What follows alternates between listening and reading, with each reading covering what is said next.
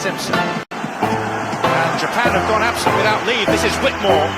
Paul and Gale both available. It's still Whitmore. It is the Reggae Boys who take the lead. Ball chat.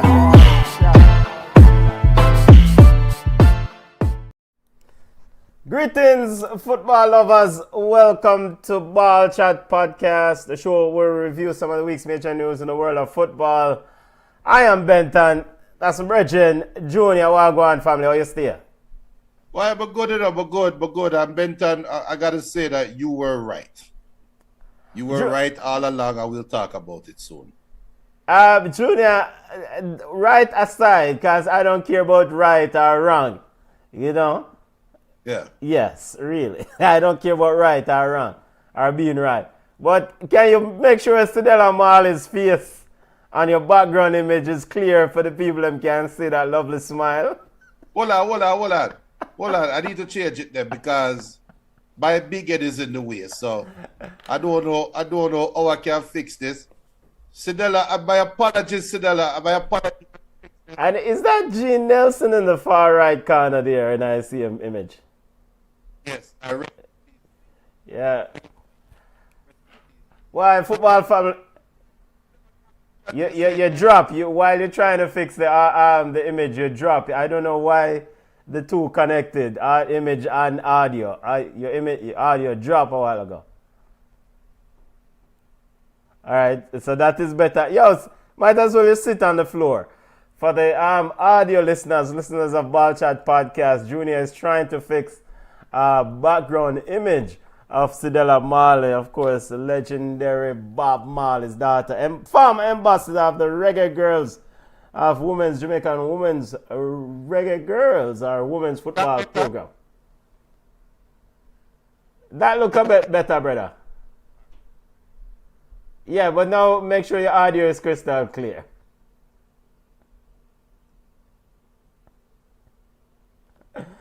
Yo, the challenges of doing a live show is always something. Audio check one. Yeah, we're good. We hear you loud and clear. All right. But all in all, everything is good, right? Yeah, but everything good, one. Why to the show going festive? All right, see that festive show. Football family, big up. Thank you all for listening us. Let's get to the football week that was in the world of football roundup. We're going to kick it off with Ballers and Bugs, highlighting the impressive players and unimpressive players of the week.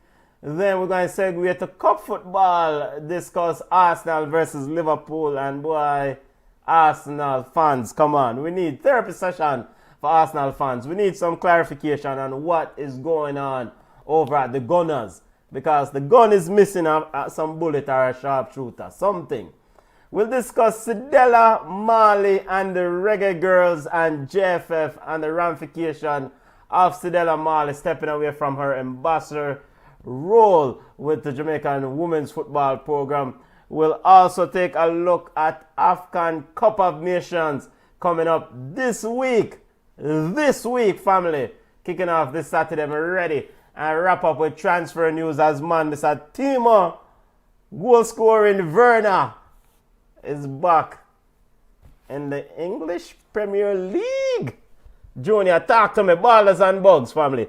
We have ballers. You see, because it's FA Cup weekend, yeah, Patrick Bamford scored a worldly goal to this World Cup, this FA Cup tie. Worldly goal, a sweet volley, turnaround volley. Something that big money soccer couldn't do today. Something that Kai Havertz wouldn't do in his dreams. So I'm going to give to Bamford first, my ball of the week. Also, we talked about leaving needed to pull the purse strings, right? And we talk about Tottenham needing reinforcements if they want to take this year seriously. I think going for Timo Werner is a serious intent. It's showing serious intent. So I'm giving Daniel Levy and Tottenham Hotspur staff a ball of the week as well for dipping into the transfer market early and beating Manchester United the punch for Timo Werner. Timo Werner will be played on the field, but he'll be playing against Manchester United in his first game. How ironic, eh? It's just ironic because Son out for 2 months. It's just ironic. So them that my ball of the week. Even big up with Cedella new too. percentage ownership of Manchester United, new percentage ownership, right? 25% stake in Right. one Mr. Sir Jim Ratcliffe. Manchester United still slow like molasses in the transfer window when it comes to executing moves. Not Or is that necessarily because premature? not necessarily because of the regulations. Manchester United actually has no money to spend. They might have the funds, but they have to shed salaries. So like Marshall has to go before they could have brought in Werner. So it's a lot of foolishness going on, but we leave that alone. But big up Tottenham. And also big up Cedella Marley. Cedella Marley, right before tax season, did the greatest coup in world history. What's all talk about it? So big up to Dalton Stewart, big up yourself, family, Ballers, Brentford, and Liverpool. Discuss definitely excellent goal from one Mr. Bamford. Jermaine Levy, Bug, Radcliffe. Jermaine, expand on the bug for Radcliffe. Why you're about the one there. Ballers and Bug segment, family. Give Baller of the Week, my Ballers of the Week. One, big up Jude Bellingham. Off the field, this youth seems like just truly an amazing individual, so we have to big him up. During the Copa del Rey game, this ball boy was freezing. You know, say them have them little youth, aka the children, running around getting the ball. And Jude Bellingham in the dugout with his blanket saw the youth freezing and decided to take action and wrap the youth in the blanket. Big up Jude Bellingham. You are a baller, but most importantly, you seem like a good youth. Big up yourself. You get a baller of the week. Junior, we need to keep giving this team a baller of the week, and we need to add them in the same bracket with Bayer Leverkusen and what's going on over the Bundesliga. But Girona in La Liga and in Spain, ball of the week to them, man. I can't remember the last time they lost a game. Was it against Real Madrid? If you look at Girona's result in all competition, is quite impressive. Not even Barca results look that impressive. So big up to Girona. Another impressive victory against Atletico Madrid, 4-3. I don't know how they're doing it, family. I don't know how Girona are doing it. I do not know how they're doing it. And it's Girona for all the Spanish-speaking people, them, and Jamaicans, I'm going to say Girona. All right? It's Girona. We're going to pronounce it properly around here. Junior, Bugs of the Week, family. My Bug of the Week, when echo what Jeremy and Lewis said, I got to give it to Ratcliffe. Ratcliffe get the Bug of the Week. You are coming into Manchester United. Who get Bug of the Week? Ratcliffe, Sir Jim Ratcliffe. Jim Ratcliffe. Why? Because, all right, I'm not stealing his thunder. I'm not, but every Manchester United fan thinks the same way. Big up to United stand. Big up to Mark Goldbridge. Mark Goldbridge made a great point. If you are... And Jim Ratcliffe, just turn off your microphone, Junior, because you're speaking and there's nothing coming out. Yo, football family, yo, I want to go around here. Big Netflix program on Netflix. Check. And man still can't deal with the microphone. Yo. Check. You hear me now? Yes. All right. So I don't know what the hell going on. You know what, Jim Ratcliffe? This is a family show, so I want to do this. I just imagine something got blacked out. Anyway, so Jim Ratcliffe, 25% owner. You say you're a Manchester United fan, right? And big up to Mark Goldbridge. He said, I share the sentiment. If you, Benton, who is not a Manchester United fan, was to take over football ownership for Manchester United today, would you need to do a review of the team? Would I what? Would you need to do a review? Would you need to do a review of the team to say, we're going to do a review of all the footballing things to see what is wrong with it? Do you need to do a review to know? Yes. You need to do a review for those say, oh, no, is not good. You need to do a review For those, McTominay is not good. Come on, man. Jim Ratcliffe, you know what? We are Jamaicans and we try. These are the views of Junior. We have a very famous saying when we tell somebody about the person that give them birth. We don't know what we said. Go do that, Jim Ratcliffe. Anyway, JFF get bug of the week again. We soon talk about the Cedella thing. JFF and the Reggae Girlz get bug of the week. Both get bug of the week because to me, they are the reason why Cedella left. Both share that responsibility. Arsenal, we soon talk about Arsenal. Bug of the week. Next. Big up to Reggie. Reggie says big of the week. Arsenal Football Club. I don't know if you mean Bug Junior. I must bug him by someone. We just quote the listeners, you know. Reggie also said they could not hit the broadside of a barn. So bug of the week by Arsenal. We get into Arsenal in a minute. Jeremy Levy says you buying a club that is broke and you invested 25 million. What is the upside? Glazers trick him. If he's a fan, man should have let Qatar buy the club. You know, Exactly. I never ever see it that way. That is true. You know what? This is not a Manchester United show, but we're going to give Manchester United fans a chance to hear their grievances. So they have an issue with Jim Ratcliffe buying 25%. They should have let, according to Jeremy and Levy, you agree, should have let the Qatari brother buy the club. That make more sense. Okay, all right. More money for spend. All right, BM, big up yourself. BM says bug of the week, JFF. Dalton says bug have to be Arsenal. And GM says, Junior, you can't blame the Reggae Girlz. Would you keep putting up with the disrespect and mistreatment? We're going to do the JFF and the Reggae Girlz right after we get out the Cup Football Roundup segment. So we're going to jump right into it in the second part of the show. My bug of the week, I just want to give it to Ilkay Gundogan. Ilkay Gundogan with the most dramatic dive I have seen this year in football. And I know we probably will see worse. In a game against Las Palmas in La Liga, there is no way Barcelona should be diving to get penalties to beat Las Palmas in La Liga. Ilkay Gundogan wasn't a diver, aka a fish, while he was at Man City. Now he's at Football Club at Barcelona, where the guy is simulating thief. Actually, thief. Junior, did you see that thing, brother? Yo, I mean, unbelievable. And how can VAR look at that, Junior, and not disregard the penalty?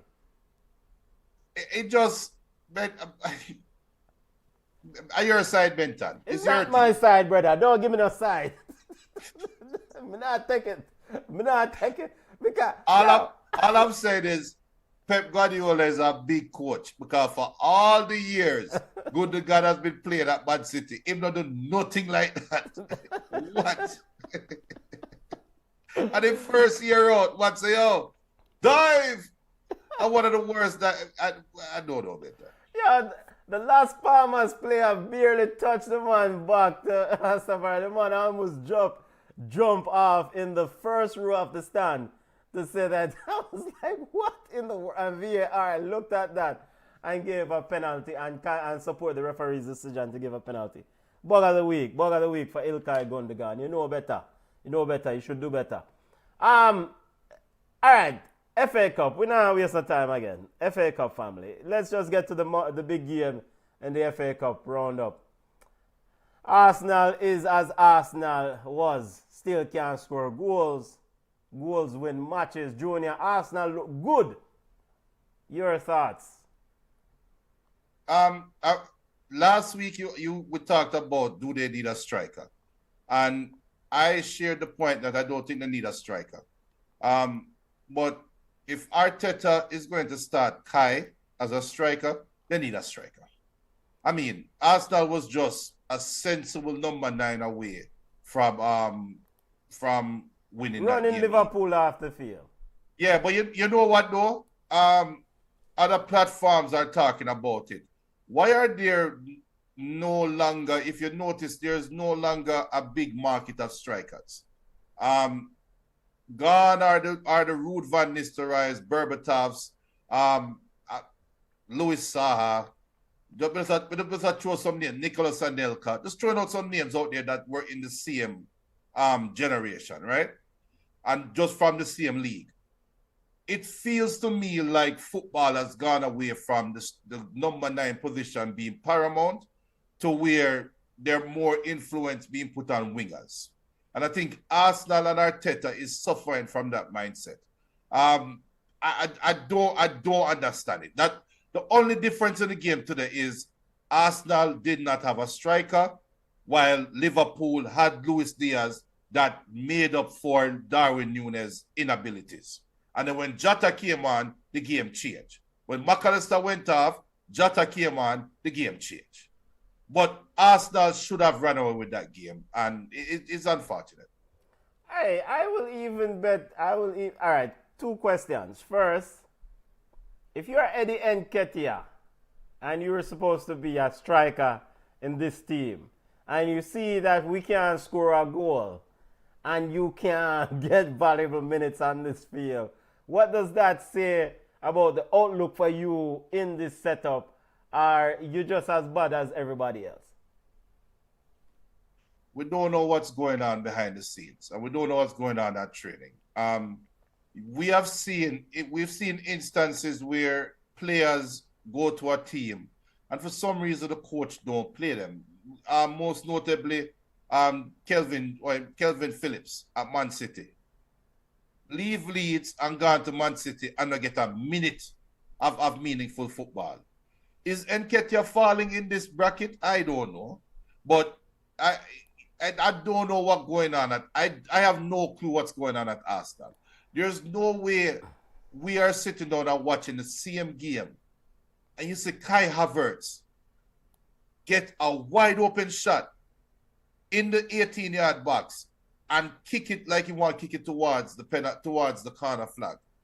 Have a wide open header from inside the 6-yard box and miss the goal. You know how hard it is to miss the. You see defenders. I think it's from the 6-yard box.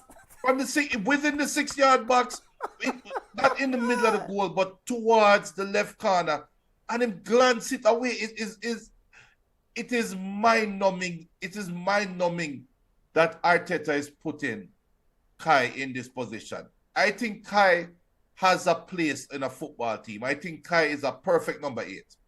He's a perfect box-to-box player. But for some reason, at Arsenal and at Chelsea before, people think that he's a striker. I don't know. Yeah, but if you try him in the other places and it no work, then you see what Julian Nagelsmann is doing. And I know with Kai is probably a low-hanging fruit. Maybe there are other issues if you talk about regarding Arsenal, because you can't have the one-man team. You see what Julian Nagelsmann decided to do? Try him a left back.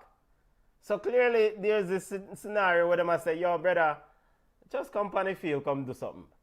But why does he have to play?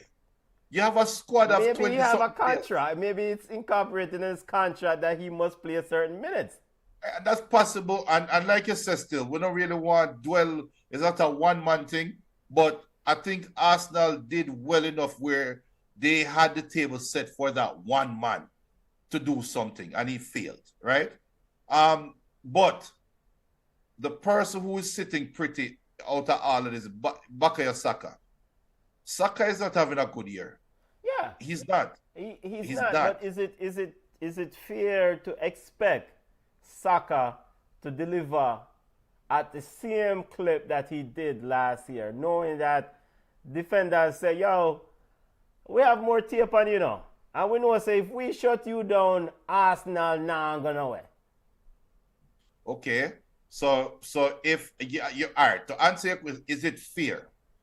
If I think Bukayo Saka is my best baller, one of my best ballers, it is fair to expect that as consistent.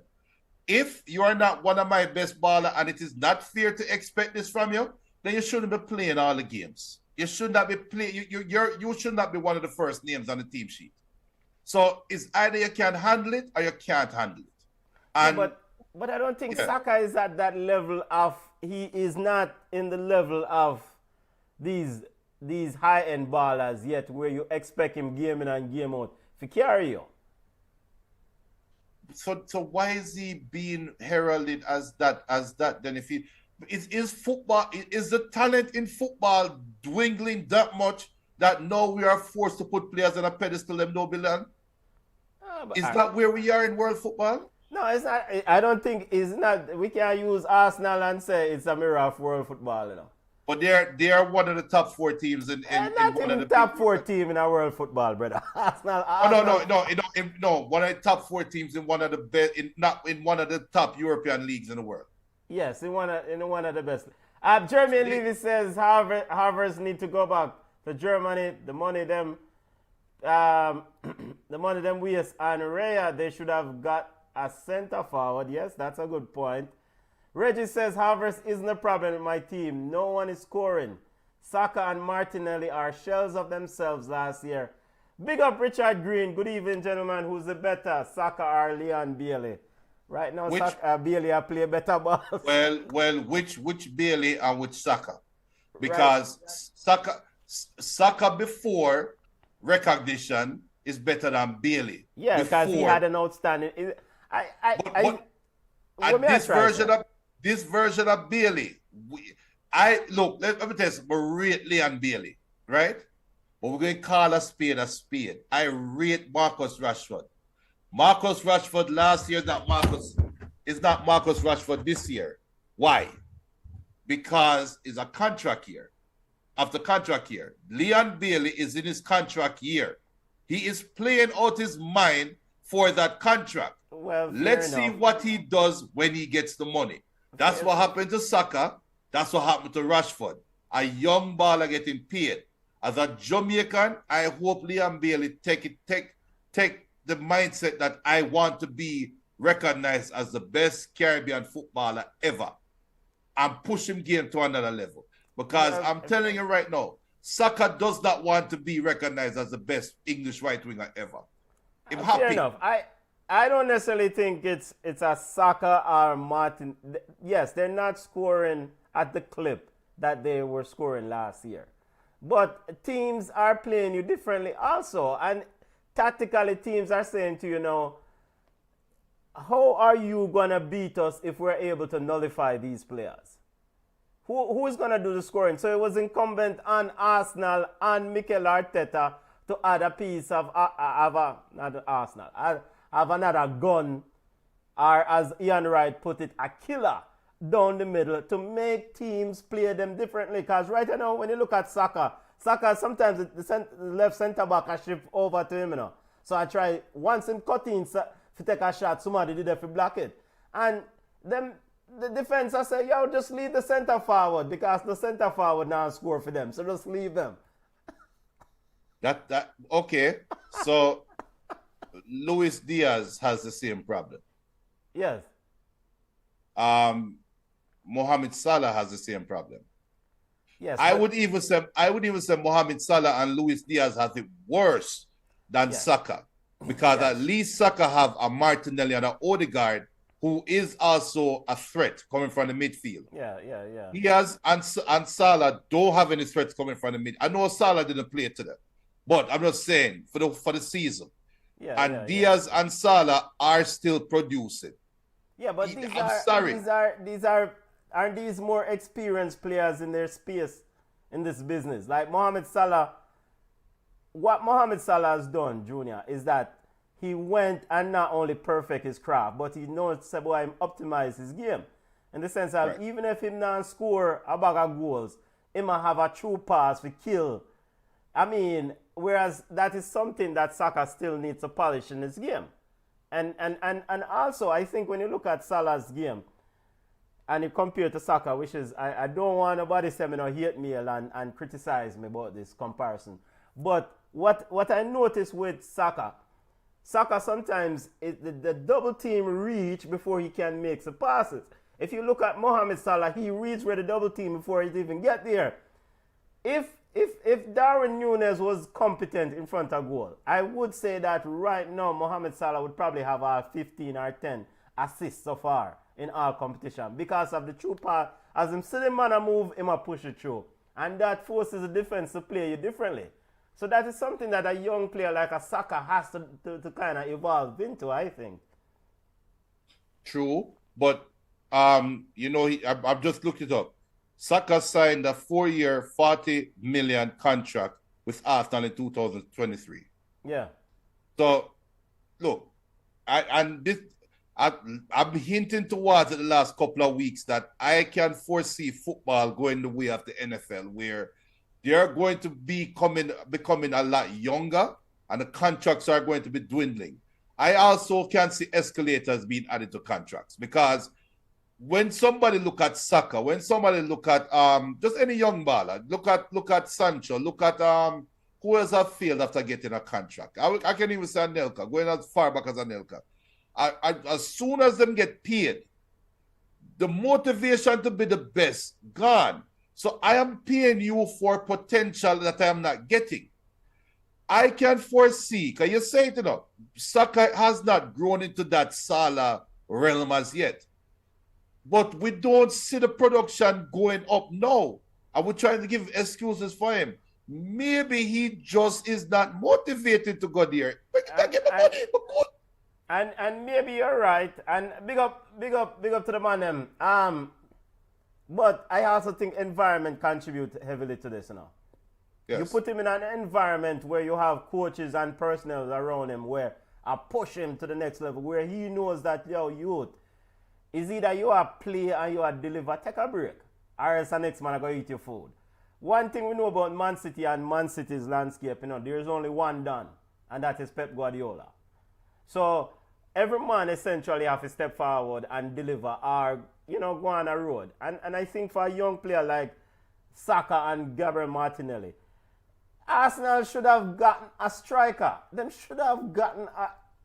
don't let me curse about an idea. And Ian Wright said, all right. Mikel Arteta said at the moment it doesn't look realistic. My job, quote, he said at the moment it doesn't look realistic. My job is to improve the players we have, end quote. Ian Wright tweeted simply, we need a killer. We need a killer. And I don't know if it means like the coach, we need a killer coach, but I take it we need a killer as a striker. Well, he was sitting in the stands and he was watching the game, right? So I guess he had a better view than all of us that have the high definition TV. He had eyesight looking at it. I had wall to wall. I mean, and how ironic though, Junior, because you have a killer in it. Ian Wright, the killer, is saying because he was lethal in front of the business, and him just down there with him screw face. I said we need a killer. But you see, he's thinking from the 1990s mindset of a footballer, right? Today's footballer, when we look at today's footballer, put your mind in a 22-year-old, and you just look at your bank account Friday, and your bank account at £300,000. And next week you have another £300,000. And next week you have another. So that means that by the end of the month, you have £1.2 million in your bank account at 22 years old. And you want me go up there go run up and down? You want me go up there go risky? It's a dilemma. And when somebody come with the argument, well, why does this team do it from this team not do it? Then if you have all of these factors, you need somebody at the head that is going to require a different mentality regardless of pay. And that's the difference between Big Teeth Klopp and Arteta, in my opinion. Yeah. Reggie says, great. Jeremy Levy says, Saka tired. Well, if a football him a play, Junior probably not buy that one. Reggie says, great point. Benton, Arteta gets bugged too. Cannot change tactics when teams have Arsenal figured out. Junior, you've been saying that all year. The man have no plan B. Nope. And want to hear what Jurgen Klopp said because I don't know how Liverpool won this game, but because it's Arsenal, we have to deal with it. Jeremy says contract need to stop being guaranteed. No, Rashford get the contract and stop try. If Arsenal want to be a big club, they need to get a big forward. Guarantee the man them money, man. What I'm telling you, this is not an NFL foolishness. So man, I play all year and I get broke up and can't get guaranteed money. I think there's nothing wrong. There's nothing. I don't think there's anything wrong with guaranteeing the contract in European football. What I think is wrong is that how you go about selecting your people.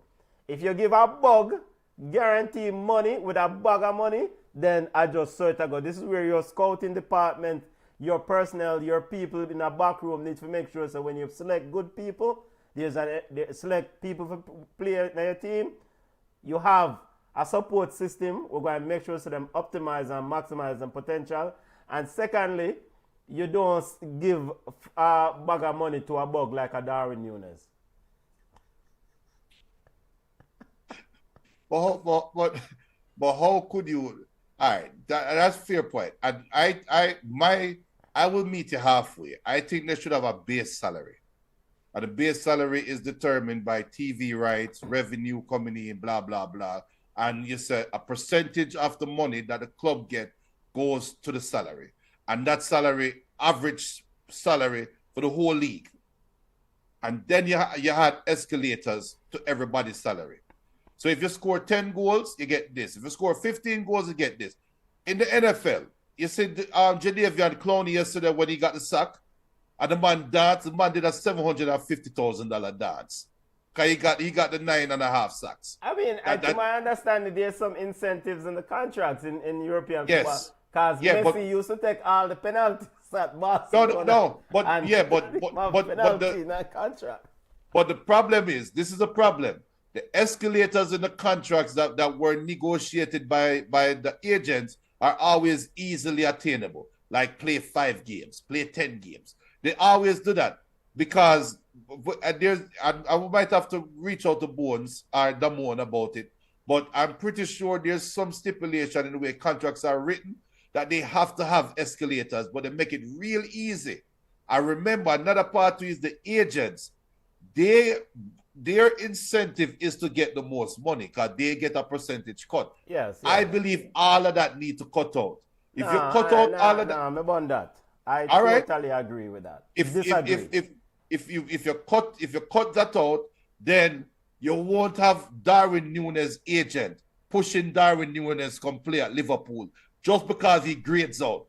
Darwin Núñez agent look at him and say, Darwin, you know, Fulham is really your level right now. Darwin Núñez agent has a responsibility to make sure Darwin Núñez maximizes earning. He doesn't care if Darwin Núñez is a bug or is a $15 trillion baller. His sole responsibility as an agent is to make sure Darwin Núñez or Willian maximize the earnings. And you've always stated this point so well. The lifespan of a footballer is very short.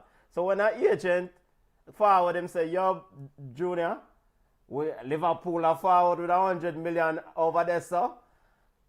Them boy they are forward with 80 million. Where I say Liverpool, we are going up. Because if you broke your knee and you tear up your ACL, that dog name your supper. Because he gets a bigger put.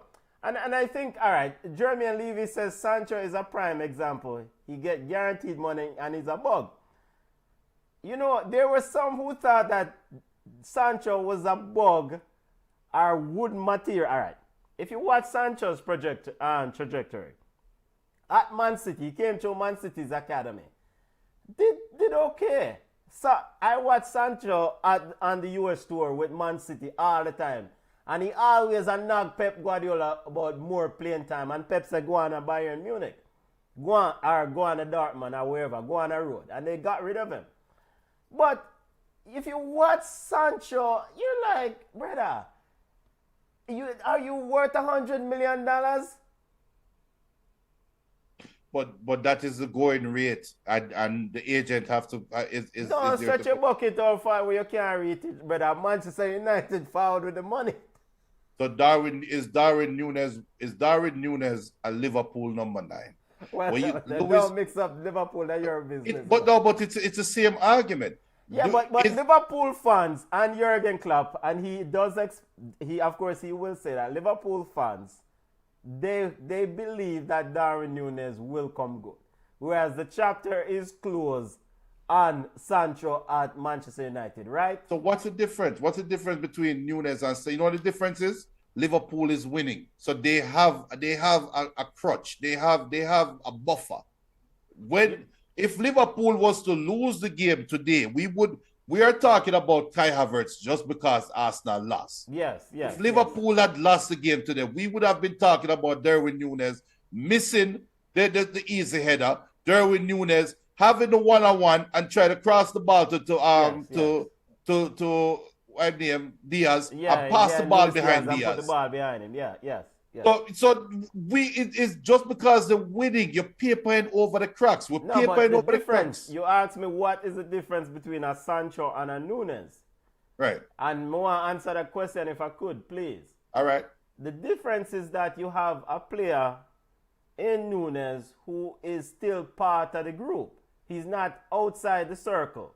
Whereas you have Sancho, who's a disgruntled player who's outside the circle. As long as Darwin Nunes is a bug, he's a bug inside the circle. And maybe he will go up on a stretch and score some goals in our FA Cup or Carling Cup. And you say, well, all right, Klopp will say, all right, well, this is the best we're going to get out of him. But at least he's inside the circle. Whereas Sancho's value right now with Bruges, Manchester United is sending him on loan. And they can't even put a buy option in the contract because he's so low. So they're hoping that during this loan period at Borussia Dortmund, he excel so that they can increase the value. Whereas I am sure Dortmund would have loved to put a buy option in at the current value now. It's what I say. So, and Damon always said to me, Junior, and he said to us too, he said, talent is abundance. It's just whether you can have some youth of Africa who they're man in a bus yet. This is why Chelsea are going to cross the world and bye.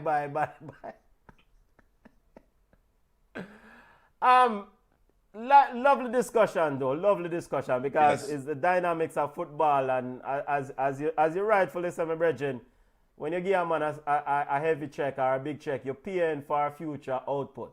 And you don't guarantee that at all. So we don't know where to go. Jurgen Klopp says in the quote, in the second half, we definitely deserve to win the game. In quote, I mean, what else am I going to say? Any other thoughts on where does Arsenal go from here? They're outside of 2 competitions. They're still inside the Premier League and the Champions League. It's a broken record. It's the same thing we heard last year. When they got kicked out of the Carling Cup, we have bigger fish to fry. When they got kicked out of the FA Cup, we have bigger fish to fry. When they got kicked out of Europe, we have bigger fish to fry. When they got kicked, when they realized they weren't in the Premier League, there's always next year. What Klopp said though, and reading between the lines, Klopp said in the second half, we deserve to win. What that tells me is that in the first half, he knew they weren't winning. Right? So what Klopp is saying, basically, is Arsenal fans, the difference between my team and your team is I am a better coach than your coach. Everybody know that. But I am a better coach than your coach. You're wicked enough. But that's what I'm saying. We lost the first half, but I came out and made the necessary changes to win the second half. Well, and your coach did that. Well, I guess we're not supposed to laugh about it because he is a better. We just have to be honest with ourselves. He's a better coach. And whether we want to say it or not, the facts are the facts. He's a better football manager than the brother over there. So, Jeremy Levy said Arteta's plan B is to call Pep.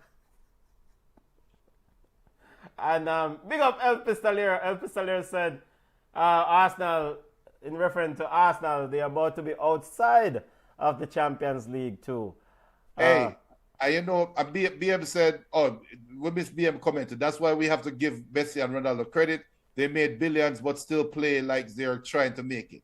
You know, man. my mind is running because of this plan B. Somewhere there is a joke in this plan B conversation with Republicans, plan B, abortion, Arsenal giving birth to a championship and can't give birth to a champ. Are they taking a plan B and killing the championship through the birth? There is a joke in there, I just can't find it. I get you. The plan B is for them take and kill the championship. As for Liverpool family, Yeah. they have Carabao Cup semi-final coming up. But most importantly, I mean, a better team today, a goal-scoring team, bag up Liverpool early on, you know. Hold on. All right. Maybe score 2 goals then. Maybe bag up is a stretch. No, because the approach might be different. Okay. If it's one thing I've learned from Liverpool is you cannot take today's performance and project a performance against a better team. Okay. Because Reece Nelson should have scored the first goal. Yes. It's a difficult chance, though. Chip a ball over the man head. The man a run out time goal from Donkey Holland. Just flip the ball over him head. That's Alisson. When he take a shot, when he must be out the door. Yeah. Outside the field. But Liverpool fans, El Pistolero and company, Klopp is a general, but I see something.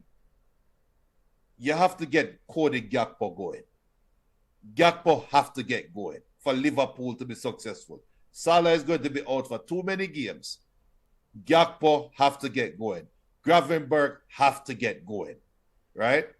Luis Diaz is a general, and Luis Diaz is benefiting now from all the space that has been created because of Salah leaving and Nunes just running like a chicken with the head cut off. But Luis Diaz plays kind of recklessly, and he's one step away from an injury every time you see him playing. Gakpo needs to get going, and I see that McAllister look out of place to me. He looks out of place. I don't know if because him have a number 10 and him shouldn't be wearing number 10, but he just look out of place. So there's something there, but Klopp is a great equalizer. Alisson was expecting the chip. Alisson a big goalie, so even if it chip him, it probably El Pistolero is saying it. Alisson was expecting the chip. Too many touches. For Liverpool, Endo is at the Asian Cup, and of course Mohamed Salah. I am. Word is out. I am curious to see how they navigate this period without Mohamed Salah. Yeah. Mohamed Salah is a general in this team. I noticed they play Luis Diaz on the right today. So maybe that's the plan going forward to deploy Luis Diaz on the right. They have goal scorers. As you always said, Liverpool is one of the most lethal front in this business, you know. So even in spite of Darwin Núñez, you know, Jota and Núñez will score goals. Gakpo it will be good to get him to score some goals and help the efforts, you know. And maybe Darwin Núñez will start scoring goals.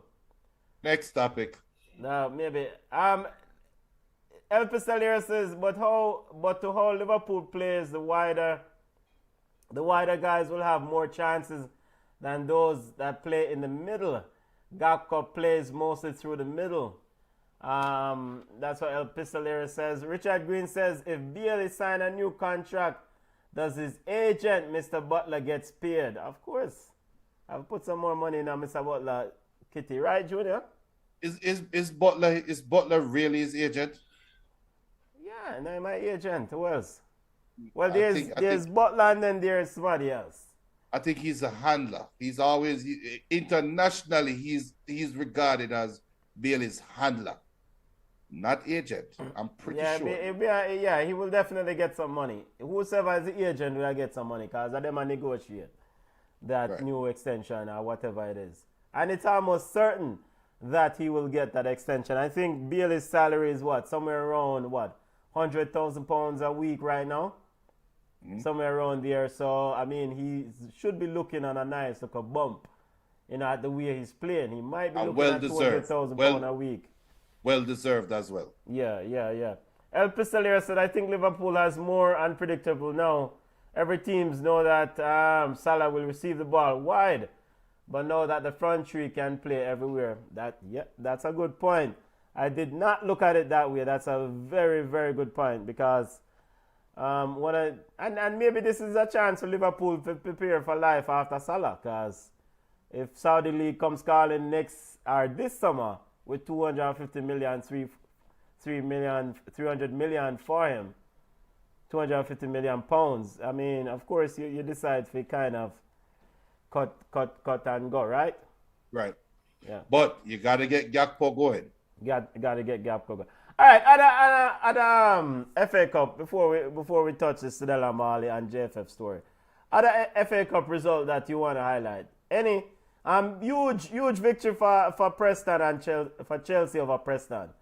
Mauricio Pochettino said they need to try to get to Europe through this FA Cup thing, brother. You said huge. I don't know why you're trolling Chelsea, but if I'm looking at Pochettino and asking why even say that? Like, so obviously obviously Pochettino's under pressure now, and his job is determined by whether they play in Europe or not. That is what that tells me. That he knows if they're playing in Europe next year, he's still the coach at Chelsea. If they're not in Europe, which obviously is Europa Cup, then he's out.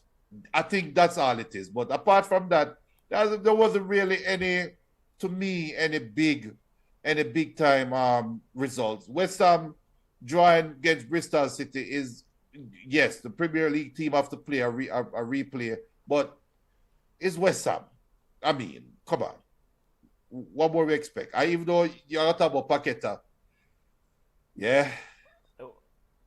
What's the deal? Are you surprised that Paqueta was playing in this game? 100% surprised. And with the result being what it is, even though he only played, 17 minutes? But West Ham took the game seriously and still couldn't win. That show inconsistencies. But yes, I would have never played Paqueta. Yeah.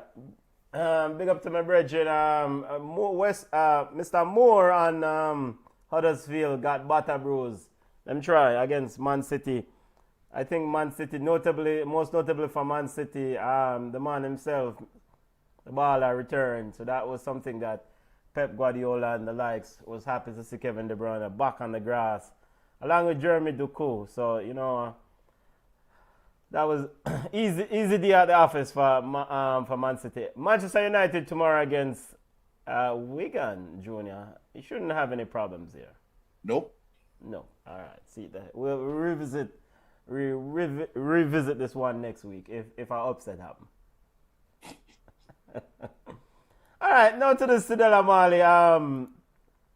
Other major news in probably CONCACAF this week. Probably one of the big news, if not the biggest news in CONCACAF football. Cedella Marley, former ambassador of women's football. I mean, some would say probably the face of women's football for the last 10 years or so in Jamaican women's football. I mean, handed in resign effective immediately.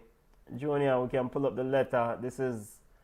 This tenure, this relationship between the JFF and Cedella Marley began under the general himself, Mr. Captain Burrell.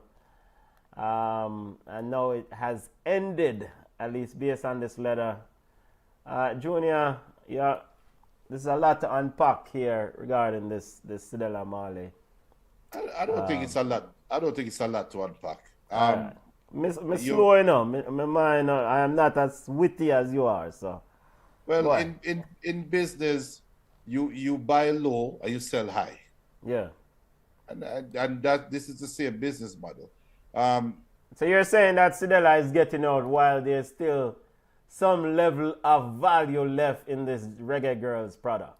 Yeah, I'm sure Cedella's and first of all, big up to Cedella Marley and her team and the people around her, that the support that she has given to the Jamaican women's football team has catapulted them to being at the heights, right? Make it to the World Cup two cycles in a row, which we know it's very difficult. Going out there and achieving against all odds. And in both scenarios, if Jamaica did not make it to the World Cup, we still would have been very proud of the result, because knowing what has been chronicled with the stress they had to go through, right? I'm pretty sure Cedella's, and so Mr. All of that, I'm pretty sure either Cedella or somebody around her look and say, we're not playing in the Gold Cup. There is real issues between your best players and the federation. We don't know when they'll be playing again. Maybe it's time for you to pull out, because the value that you have right now, you probably will not see this again. Because missing the Gold Cup, missing the opportunity to be in front of the TV eyes, you're missing dollars coming in already a system that is on life support.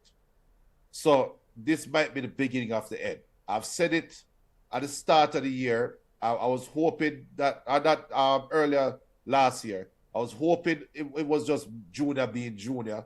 But I forecasted that the Jamaica women's team was going to go down and probably won't exist probably in the next 5-6 years. And this is a start, because if somebody don't fill this void that Cedella filled, this void that is there, if there is not somebody to take up that, imagine all the issues that they went through before, and not having this support, not having this lightning rod there to protect you.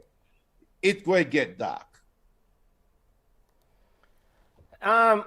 Yeah, I agree with everything you said.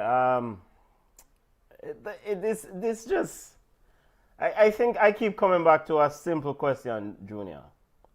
A simple question. And maybe it's just because I am dumb, stupid, and I just won't accept the evidence in front of me.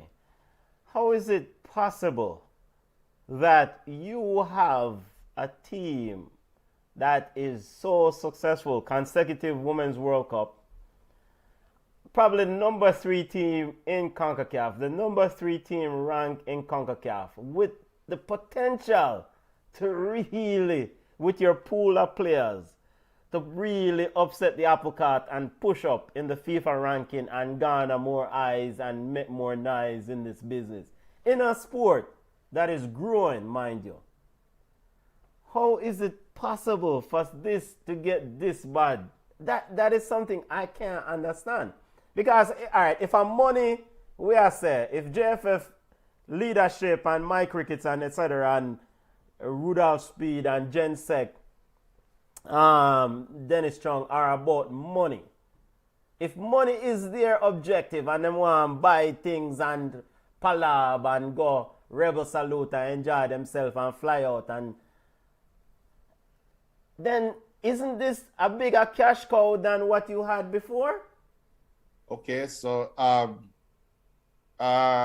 business wise, right? And sorry, I might take 2 minutes to prove this point, but business wise, I was fortunate enough to be a part of a store ownership. My father owned a store, a grocery store, right, in Ocala, Florida. Anybody know Ocala, Florida? The people I used to jack up the chicken back price.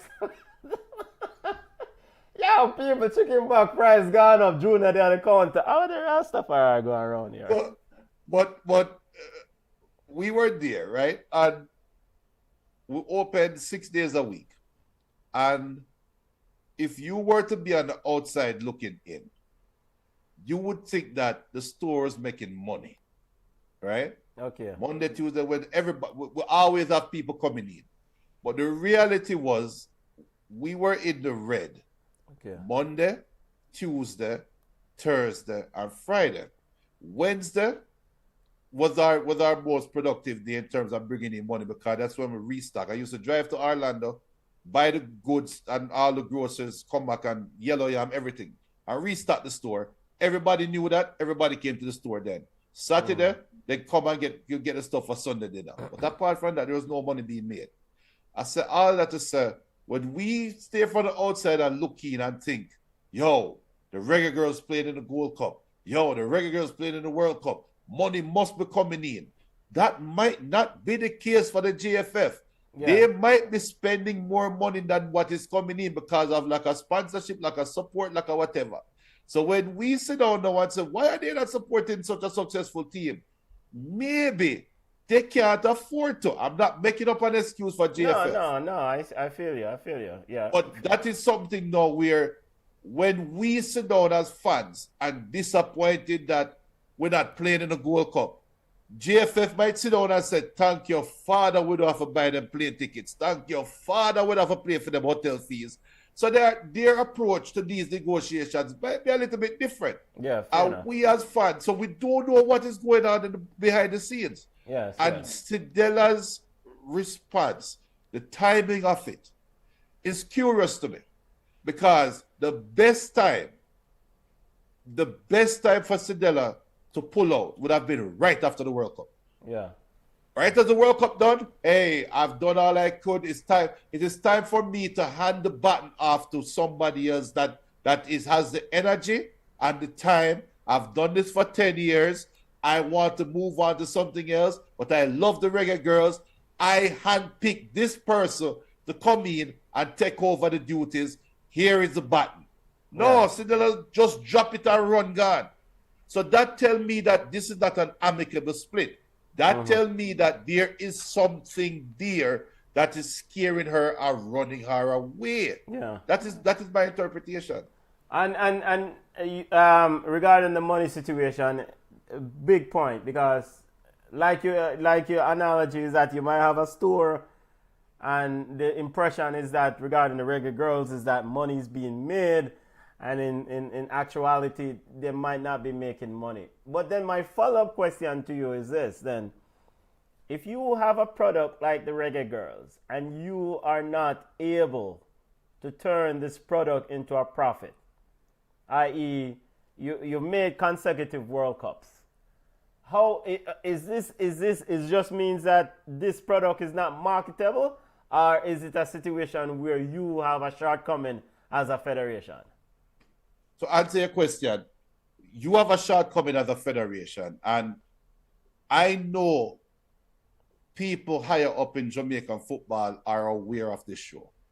I know people up, we've had them on the show, and they might hear a word about, and yo, this person on the internet is talking about you and blah, blah, blah, right?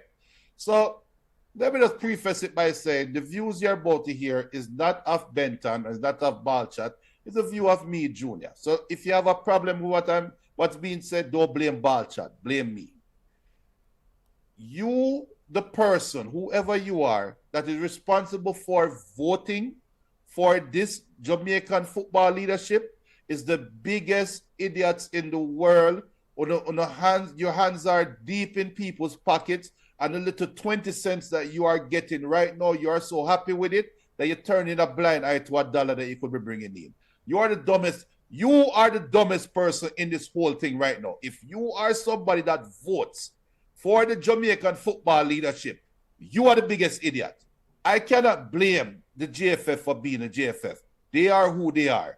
I blame the people that put them in power, and I blame the people that have the power to take them out of power and is not using it. Whatever it is that you are being given to help the JFF maintain its power, I hope it's worth it.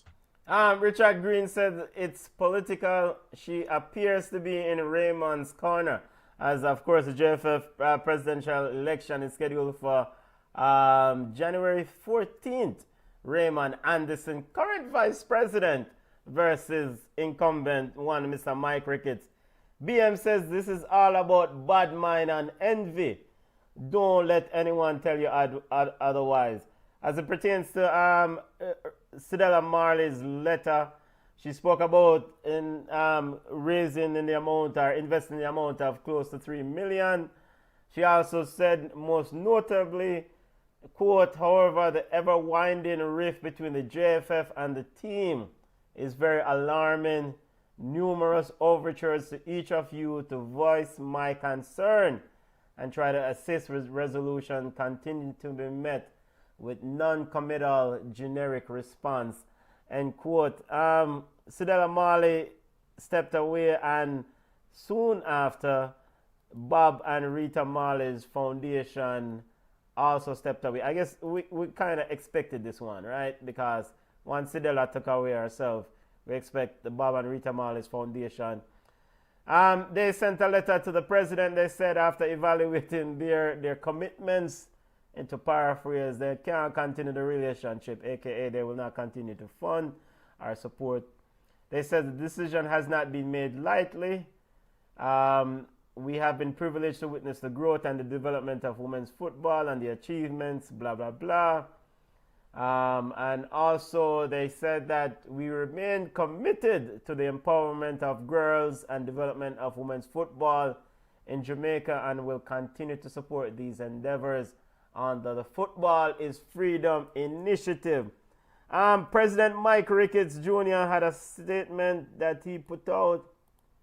He said, quote, I am saddened by the unfortunate decision of Miss Marley to cut ties with the women's program at this time.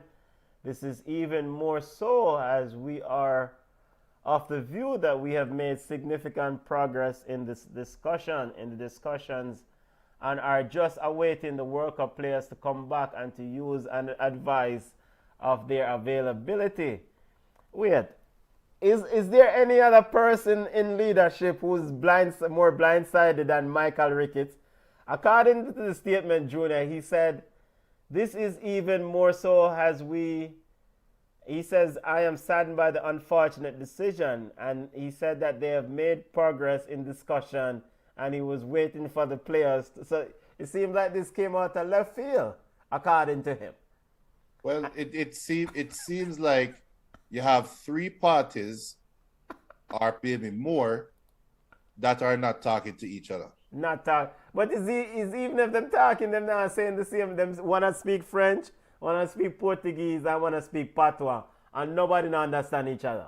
Which is just as bad. But I am curious to know what is the real relationship between Cedella and the players. I'm curious to know. Yeah. Because right now, again, and it's not a conspiracy theory. It's just, to me, it's just logic. The biggest card that the players, the exiled players, had in their pocket was Cedella Marley, was that influence. Yeah, the reason why CNN cared about typing an article about the Reggae Girlz is because of the Marley. Yeah, so now that she remove herself, I agree with what Richard's saying, that I'm not saying that she's being political, but she might feel, another point of view could be that she might feel there's no other option but for me to try to tip the scale in the voting next week by saying, because of this current GFF, you are losing this support. Okay. So if anybody that is voting knows, if I'm a voter and I value your support, I have to think hard about who I support for the next GFF. So you think that this is an objective to try to influence the voters in next week's election? That's a point of view. That is one point of view. That could be her power play. She don't have anything to lose. I already get all of this for the last 10 years. This is my last Hail Mary throw to help the girls. Because, again, what Ricketts said, to BM says, the letter from Ricketts is a smoke screen. They are all happy Cedella is gone. They felt she was getting all the spotlight and credit. If that is true, then Ricketts is as dumb is even dumber than we even thought. Because what better position to be in than to sit down in the shadows and bring in all the benefits that somebody is doing the work. So if that is the case, then it's the dumbest thing, if what BM said is true. It's the dumbest thing because, all right, me not condone laziness, but clearly, Mike Ricketts, you weren't doing the work prior, or you were a part of football administration in Jamaica. You were incompetent. Well, still incompetent. So I could just put it aside. That's all. you are bad at the job of developing women's football and putting a competitive product on the field. Here comes someone who's committed to getting funds and putting a competitive product on the field. And you upset them and take the spotlight? Why do you not just sit down and let them do what they want to do? It's common sense. Stop it. Because of Cedella Marley, I'm able to fly to the World Cup, the Women's World Cup. Yes. There's nobody making me fly to the Men's World Cup. But because of you, Cedella Marley, I can fly with my delegation and my family or my side piece or whatever to the World Cup. No, I can't do that. No, you, God, I can't. Because of my incompetence, I cannot fly to America to the Gold Cup and go to 5-star hotel and eat caviar and rub shoulders with the Gold Cup family. Oh my God. But so then now me must be happy that you're gone? Nah. Mike Ricketts says we want to assure her that the gains that have been made will be concretized as we move in the future. Boy, Mr. Ricketts, go get a GRE word. Or SAT word for incorporating them statement. Through the program, the JFF has managed to convince young girls that they have viable career paths in the game as it develops globally. Finally, we are happy that she will continue to lend support to local women's football through the Football is Freedom initiative and are eager to offer any support that might be requested. Junior, he says that through the program, the JFF has managed to convince young girls that they have a viable career paths in the game as it develops globally. Junior, are we to believe that in the absence of Cedella Marley, these young girls will look at JFF and still believe that they have a viable path in this? All right, the question is, what on the other side of this? There's heavy speculation that Michael Ricketts will get reelected. How does the women's program, what do we see at the other side of this this thing? Who cares? Well, he said in his statement that they have convinced young girls that they have a viable career path. So clearly, he's saying that there's a career path to young girls. Yeah, because that the Football is Freedom initiative, and you come and do that. That's not JFF. That is Cedella Marley. We're happy that you're going to come and support it and help us along, right? So go ahead and keep doing what you're doing. But from Michael Ricketts' perspective, it's who cares? Like, whatever. We're not selling tickets to the game. If we put a game on the field, again, they're thinking money. If we put the game on the field, we're not selling out the stadium. So whatever. This is one less thing I have to worry about. And it is sad. It is sad because the Jamaican women's team is better than the Jamaican men's team. It's more productive. It's achieving more. Productive, yeah. I mean, so they should have gotten the support that they should. But I don't know. With this void, right? The Reggae Girlz Foundation might dwindle away and go away. I am curious to know now who will be that next personality that will come in and fill this void.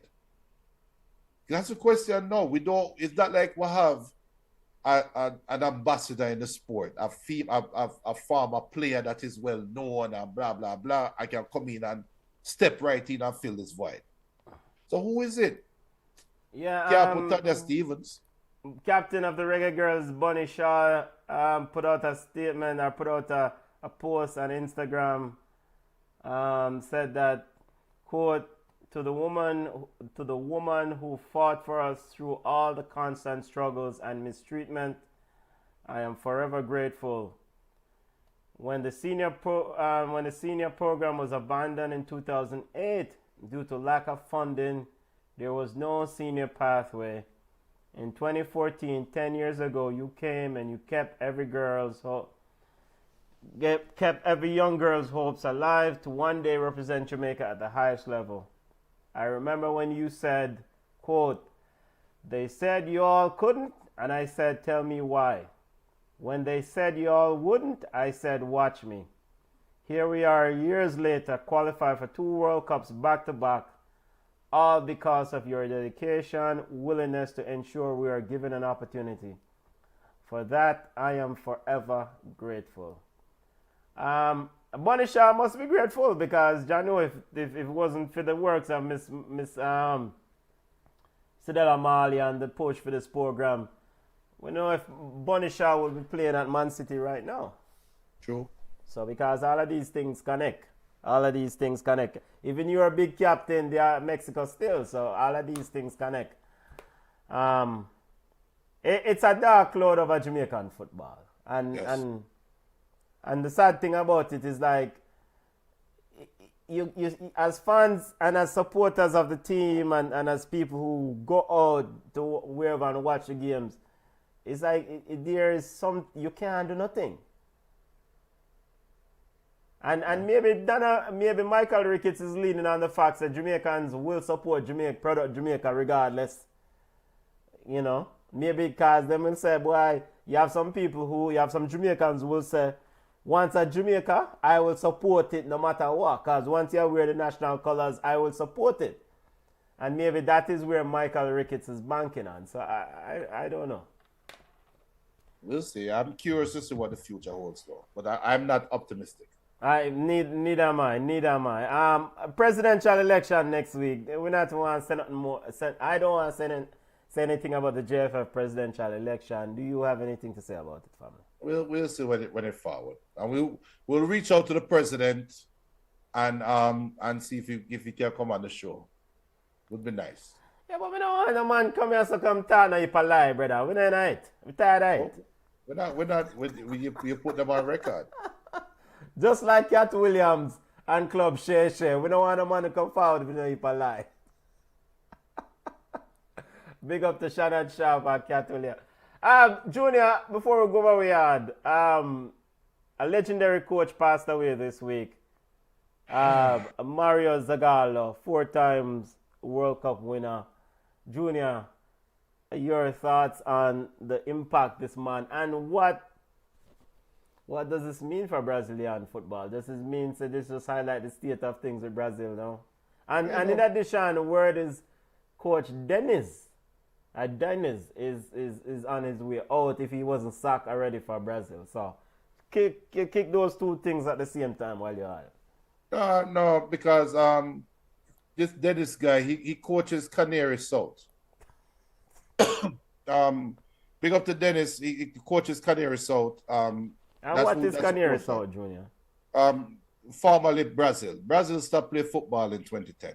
They became Canary South in the new football year of 2011. Mario Zagallo, though, I can say I remember seeing him on the sideline. What was it, 94 World Cup? Was he the one that did the somersault? I don't remember, but I remember seeing him in the 94 World Cup and the sideline. He was like an advisor or something. Yes. He was very, very, very vocal. Who was the head coach? No, I thought Zagallo was the coach in 94. Zagallo was the coach at 94, and he was an advisor at 2008, I believe. Yeah, he's taken advisor role. Oh, 2006, he was an advisor. I think he was an advisor for the 3 R's. So he won 4 World Cups, 2 as a player, and 2 as a coach or a part of the coaching staff. Yes, and he was probably one of the most recognizable faces outside of Pele on the World Cup. So, Zagallo is a general, is a leader, and hats off, legend gone. And again, Canary South, we need for the better. Zagallo was the assistant coach of Carlos Alberto Pereira. Pereira was the coach, yeah. Pereira was the coach in that for. Zagallo was an advisor there. Yeah. So salute to 92 years old. Big up yourself. The man left an indelible mark. Mario Zagallo, excellent. One of the giants in our football, gone home. Junior, Afghan quick hits. Afghan kicking off this week. ready up. Kicking off this Saturday, actually. You ready for the tournament? Big news, Mohamed Kudus is yet to arrive for the camp from Ghana's setup. What going with Mohamed Kudus? Why is he taking so long, Junior? I don't know if it's club commitments. I have no idea. I don't know. I'm hearing all kind of rumors and theories out there, but nothing is concrete. I would have heard from the player himself. So not sure. It seems like there's some hesitation though from a lot of players to go to Africa. Hesitation for what? I don't know. I don't want to put any conspiracy theories out there. That's not far. Well, I don't want to go according to what and of course to highlight, Egypt plays Ghana on match day 2, January 18th. So you want to get players like Mohamed Kudus and others in this thing quickly. Chris Hutton, formerly of Brighton, have a big responsibility here if you try to get the Black Star over to a title. I mean, do we consider the Black Star a legit title contender in this business, Junior? The Afghan is so unpredictable, Benton. Anybody can come out and win this, to be honest.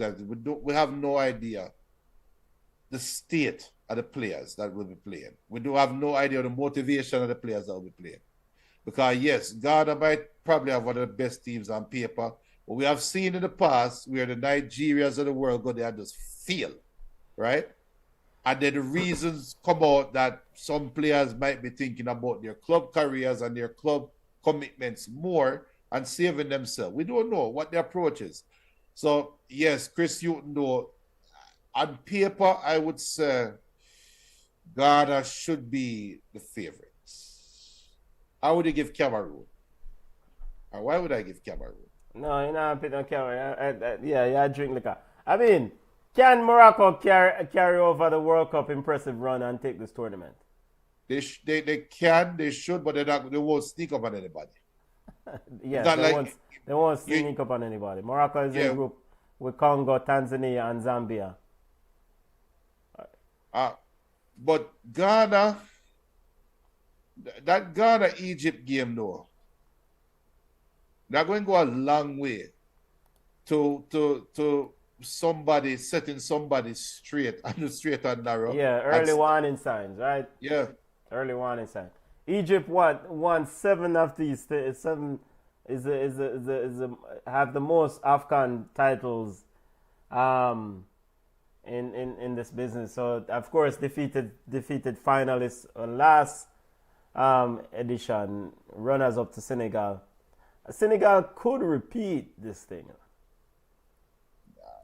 I'm not expecting them to know.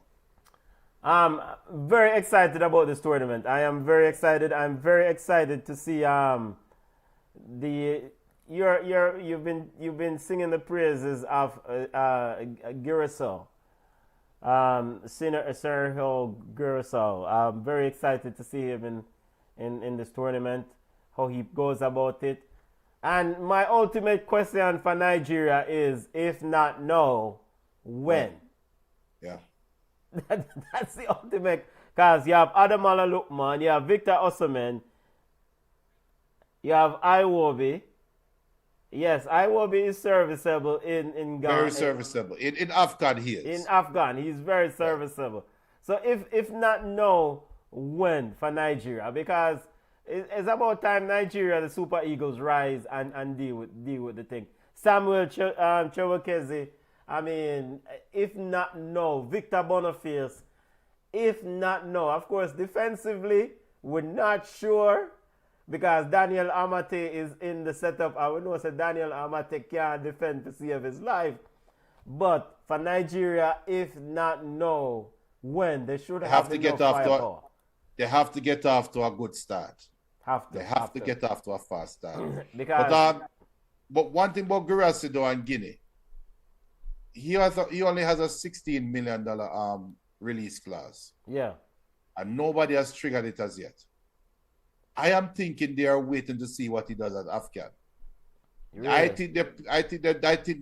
think he's one of those players that can make a lot of money out of AFCON.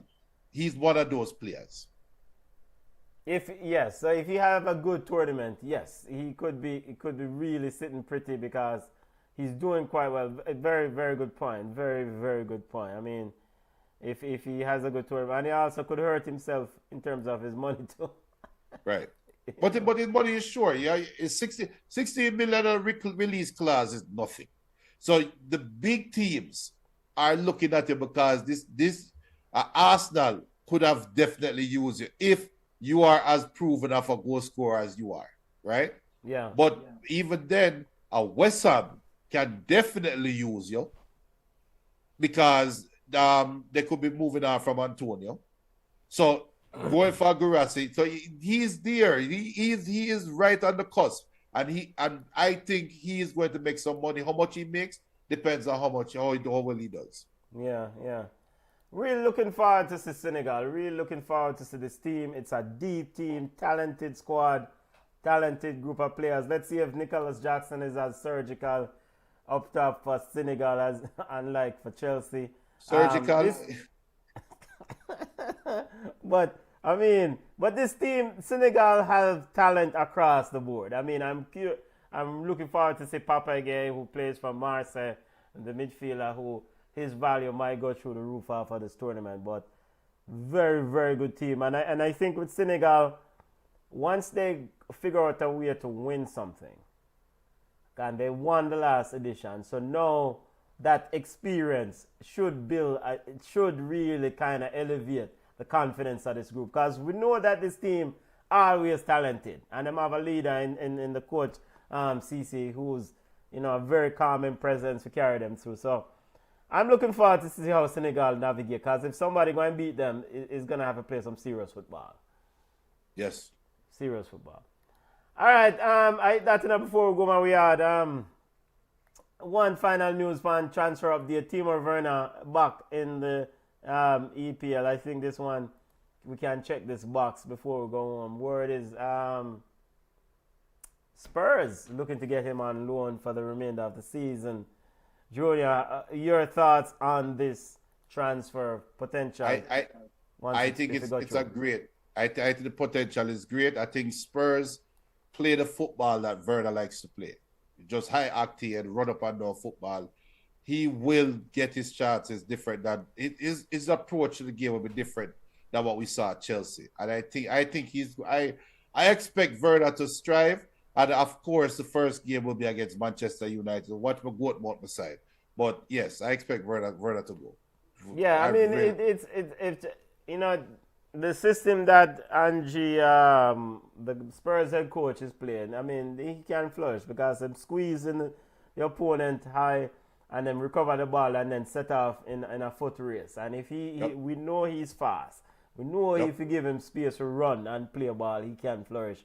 And if he's going down that left side and you have a player like Destiny Udogie overlapping, who's an excellent player, stretching the defense, then essentially you're going to get more one-on-one and ability to express yourself. So hopefully, I mean, this is another chance, and I suspect he will want to needle some teams or a certain team, essentially, for dash him where running where, like AKA Chelsea. And plus, he's playing for a contract.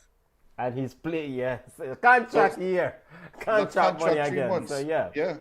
So So he's going to be highly motivated. Highly motivated.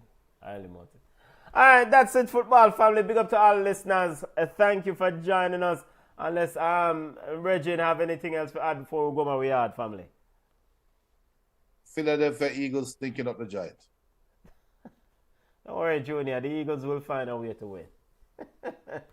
Yo, you see, greed or something else. No in Super Bowl what there. So? Huh? So you play to win the game.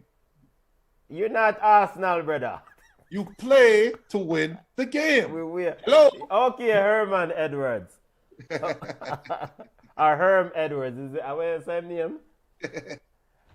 All right, football family, connect with us on Instagram at Ball Chat Podcast. We're on Twitter at Ball Chat 1. We are on Facebook at Ball Chat. You can email us at ballchatpodcast@gmail.com. Big up, thank you all for joining us. Big up to all the listeners. Them AFCON kickoff this Saturday. You know, I think I want to do some watch along for some of them games. You know, let me see what I go on. Yo, AFCON will be on Bein Sports in the US. Bein Sports have the right, have the TV rights to the game. So, figure out a local streaming service and we'll do a thing. All right, connect with us, family. Yo, remember to subscribe and smash the like button. Yo, engineer, I hit that now. We are doing road enough, family. Yeah, man, later.